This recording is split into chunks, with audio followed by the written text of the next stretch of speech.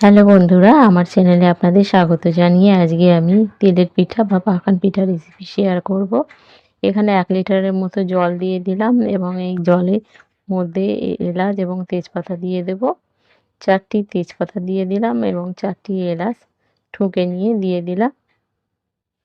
এরপর এই জলটাকে ঢাকনা চাপা দিয়ে ফুটতে দেব। প্রথমে আমি পিঠার জন্য জলটা বানিয়ে নেব। আর একটু জল দিয়ে দিলাম। জলটা ফুটিয়ে নিয়ে পিঠাটা করলে পিঠাটা অনেকক্ষণ ভালো থাকে। বেশ 2 দিন ধরে পিঠাটা খাওয়া যায়, ভালো থাকে। সুজি ঢেলে নিলাম। সুজিটাকে ভিজিয়ে নেব জল দিয়ে, নরমাল জল দিয়ে সুজিটাকে ভিজিয়ে নেব। আধা ঘন্টা সুজিটাকে ভিজিয়ে রেখে দেব। এরপর জলটা ফুটে গেছে, পিঠার জলটা ফুটে গেছে। ফুটে গেলে এবার আমি বন্ধ করে দিলাম গ্যাসটা এবং ঢাকনাটাকে খুলে ঠান্ডা হতে দেব। একদম ঠান্ডা হলে ঈষৎ উষ্ণ গরম থাকলে তবেই পিঠাটা বানাতে হবে। জলটা ঢেলে নিলাম একটা ডিশে এবং তেজপাতা এবং এলাচ তুলে নিলাম। এগুলো আর দেব না আমি। হাত দিয়ে দেখে নিলাম কতটা গরম আছে। এই পিঠাতে আমি কিছুটা নকুলদানা দিয়ে দিলাম এবং চিনি দেব। নকুলদানাগুলো বাড়িতে পড়ে নষ্ট হচ্ছিল, তার জন্য নকুলদানা দিয়েই পিঠাটা করব এবং চিনিও দেব। কিছুটা নকুলদানা দিয়ে নিলাম গরম জল অবস্থাতে, যাতে নকুলদানাগুলো গলে যায়। ফুল ছিল নকুলদানাতে, সেগুলো তুলে ফেলে দিলাম। জলটা ঠান্ডা হলে আমি এখানে ময়দা দিয়ে দেব 3 বাটি পরিমাণের। 3 বাটি পরিমাণের ময়দা দিয়ে দিলাম। এবার একটু গুলে নেব। আজকে আমি ময়দা এবং চালের আটা দিয়ে এই পাকান পিঠা বা তেলের পিঠা রেসিপিটি করব। এরপর চালের আটা দিয়ে দেব। চালের আটা 4 বাটি দিয়ে দেব।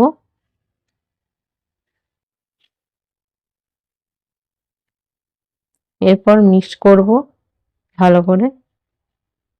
এই পিঠার গোলাটা সুন্দরভাবে বানানো হলে পিঠাগুলোও সুন্দরভাবে বানানো হয়। আরও 1 বাটি চালের আটা দিয়ে দিলাম। এবার মিক্স করে নেব ভালো করে। এই পিঠার গোলাটি যত সুন্দর হবে খেতেও তত সুন্দর হবে। নকুল দানাগুলো গলে গেলে তারপর আমি এখানে চিনি এবং লবণ অ্যাড করব। আর একটু জল ছিল সেটাও দিয়ে দিলাম, পুরো জলটাই দিয়ে দিলাম। গরম জল ছিল, ঈষৎ গরম। এবার হাত দিয়ে মেখে নেব ভালো করে মিশ্রণটি। একটু কালো জিরে দিয়ে দিলাম। কালো জিরা দিয়ে দিলাম। তারপর পাত্রটি আমি চেঞ্জ করে নেব, যেহেতু এই গোলাটি অনেক বেশি হয়েছে, তার জন্য আমি একটা অ্যালুমিনিয়ামের ডিশে চেঞ্জ করে নিলাম।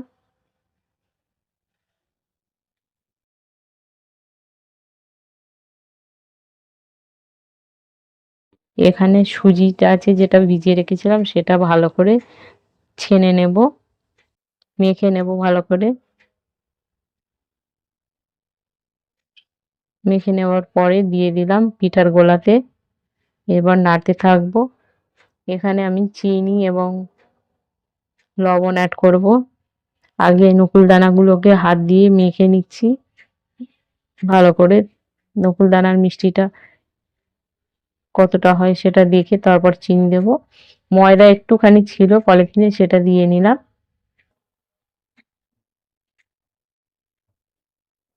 বন্ধুরা, আমার এই রেসিপিটি প্রথম থেকে শেষ পর্যন্ত দেখে যদি ভালো লেগে থাকে একটা লাইক দেবেন এবং পরবর্তী নিত্য নতুন রেসিপি পেতে আমার চ্যানেলটিকে সাবস্ক্রাইব করবেন। বেল আইকন প্রেস করতে ভুলবেন না।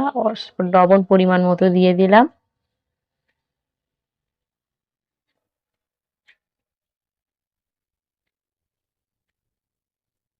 এবং চিনি দিয়ে দেব। চিনি 500 পরিমাণের মতো দিয়ে দেবো। 500 পরিমাণ চিনি লাগবে এখানে।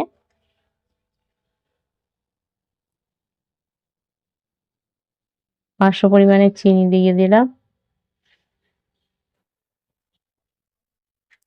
গোলাটি যত সুন্দর হবে, যত ভালো করে ফাটানো হবে, পিঠাটা তত ফুলবে।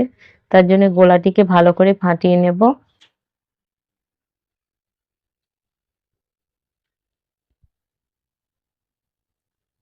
আর এক বাটি ময়দা দিয়ে দিলাম। ময়দা আর একটু লাগবে কারণ গোলাটা পাতলা হয়ে গেছে। এবার পিঠার মিশ্রণটিকে ভালো করে গুলে নেব বা ফেটে নেব। হাত দিয়ে হাত দিয়ে ভালো করে ফেটে নিয়ে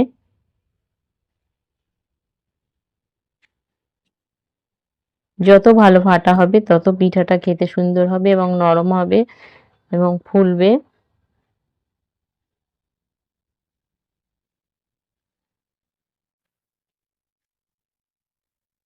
এবারে চামচ দিয়ে একটু ফাটিয়ে নেব পিঠার গোলাটাকে।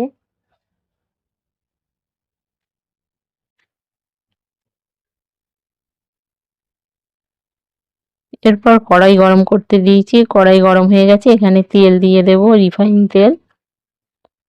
পিঠেটি ভাজার জন্য রিফাইন তেল যতটুকু লাগবে দিয়ে দিলাম। এরপর তেলটা গরম হতে দেব, তেলটা গরম হলে পিঠা বানাতে দেব। তেলটা কিছুক্ষণ গরম হতে থাকলো, হাত দিয়ে একটু দেখে নিলাম, একটু গোলা পিঠের গোলা দিয়ে দেখলাম তেলটি গরম হয়েছে কিনা। তেলটি আরেকটু গরম হতে বাকি আছে, আরেকটু গরম হতে দেব। এরপর গোলাটি পিঠা হতে দিয়ে দিলাম, তেলের মধ্যে দিয়ে দিলাম গোলাটি 1 চামচ পরিমাণের।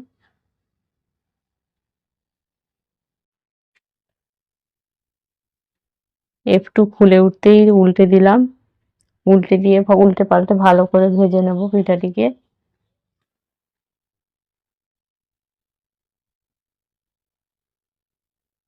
তুলে নিলাম।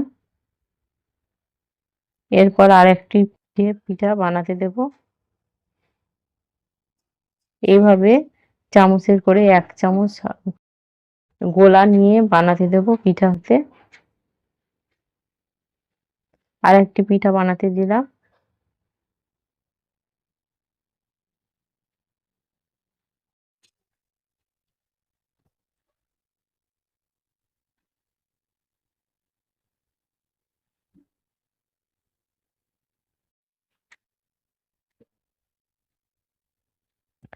ভাজা হয়ে গেছে, তুলে নিলাম। আরো একবার বানাতে দিলাম। এইভাবে বেশ কয়েকটা পিঠা বানিয়ে দেখিয়ে দেব। তারপরে আমি অফ ক্যামেরায় সমস্ত পিঠাগুলো ভেজে নেব। উল্টে দিলাম, উল্টে দিয়ে নেড়ে ছেড়ে নিয়ে আর একটা পিঠ হতে দেব। দুটো পিঠই হয়ে গেছে, এবার তুলে নেব।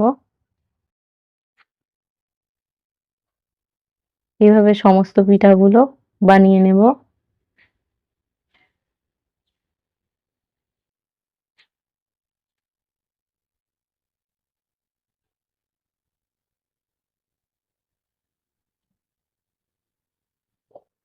তুলে নিলাম।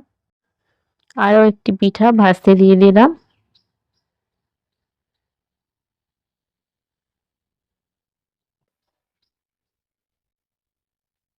এভাবে সমস্ত পিঠাগুলো ভেজে তুলে নেব।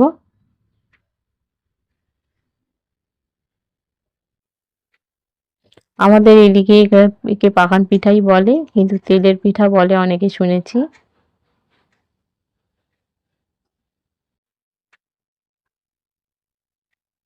আর একবার ভাজতে দিলাম পিঠা।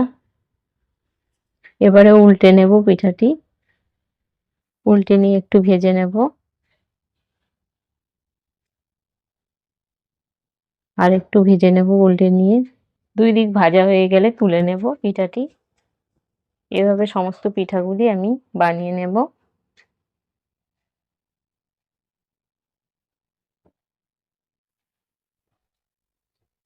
তো বন্ধুরা, দেখুন আমার পিঠাগুলো কেমন সুন্দর ফুলেছে। তো এইভাবে খুব সহজেই বাড়িতে পাকান পিঠা বা তেলের পিঠা বানিয়ে নিতে পারেন। ভালো থাকবেন, সুস্থ থাকবেন। আমার ভিডিওটি দেখার জন্য অসংখ্য ধন্যবাদ। আবার পরবর্তী ভিডিওতে দেখা হবে।